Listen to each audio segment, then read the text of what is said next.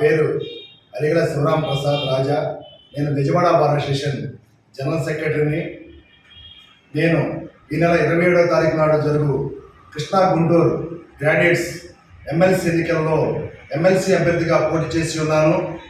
మీ అఖండమైనటువంటి ఓటును నా సీరియల్ నెంబర్ 5 నందు 1 అనే అంకె వేసి నన్ను అఖండ మెజార్టీతో గెలిపించాల్సిందిగా ప్రార్థిస్తున్నాను.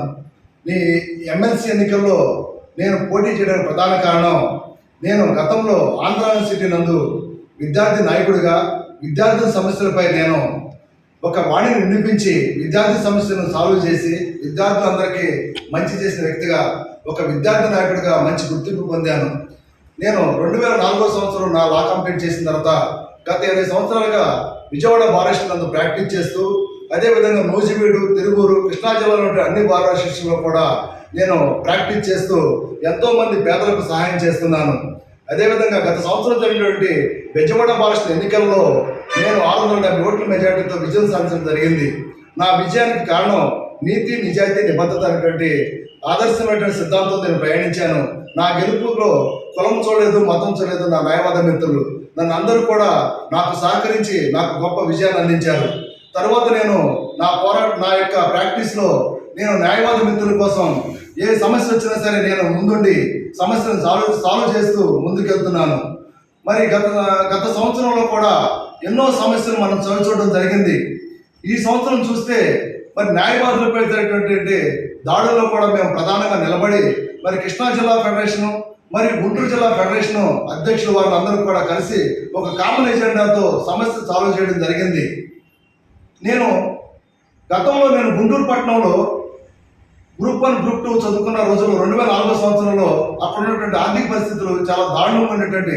ఎందుకంటే ఆ రోజుల్లో జాబ్ రిక్రూట్మెంట్ అనేది ఒక ప్రశ్నార్థకంగా మారేది.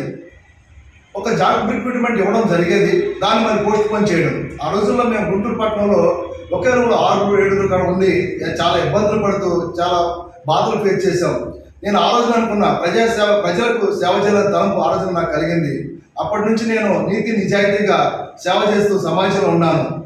మిత్రులారా, ఆలోచించండి. రేపు జరగబోయే ఎన్నికలు రాజకీయాలు అతీతంగా జరిగేటువంటి ఎన్నికలు. అటువంటి ఎన్నికల్లో మేధావి వర్గమైనటువంటి, చదువుకున్న వర్గమైనటువంటి మీరు ఆలోచించి ఒక మంచి నాయకుడిని, చదువుకున్న వ్యక్తిని, మీ సమస్యలకు అవగాహన వ్యక్తిని ఎన్నుకుంటే రేపు శాసన మండలిలో ఏ సమస్యనైనా సరే మాట్లాడి చర్చించి కామన్ ఎజెండాతో మీ అందరి సహకారంతో విజయం సాధించడానికి అవకాశం ఉంటుంది. గతంలో గెలిచినటువంటి ఎమ్మెల్సీలు ఎవరు కూడా ఎప్పుడు ఏ సమస్యపై కూడా మాట్లాడలేదు.